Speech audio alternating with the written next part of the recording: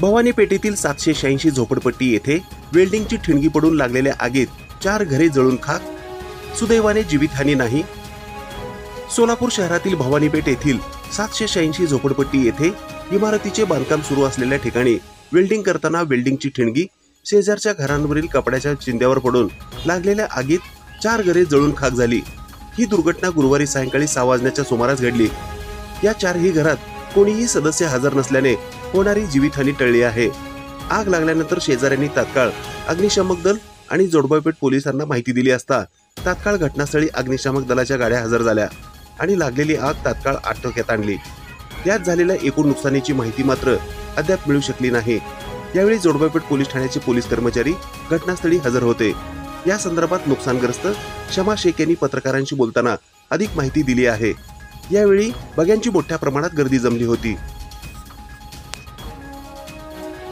ही बातमी संकलित केली आहे संपादक गुरुदादा गायकवाड यांनी।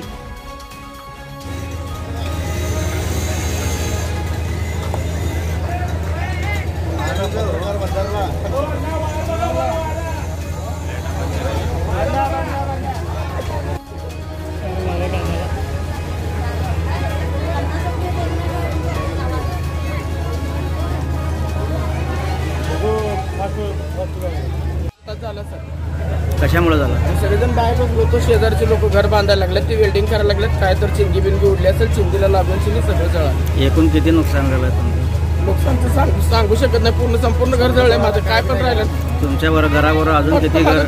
देव बाहेर काढले, बाकी काय काढलं? किती घर जळाले? 4 घर आहेत। किती वाजता झालं हे? आता अर्धा तास झाला। ताज्या घडामोडी पाहण्यासाठी आजच महाराष्ट्र सुखदेव न्यूज या YouTube चॅनलला लाईक आणि सबस्क्राईब करा। ताज्या घडामोडी पाहण्यासाठी आजच महाराष्ट्र सुखदेव न्यूज या YouTube चॅनलला लाईक आणि सबस्क्राईब करा।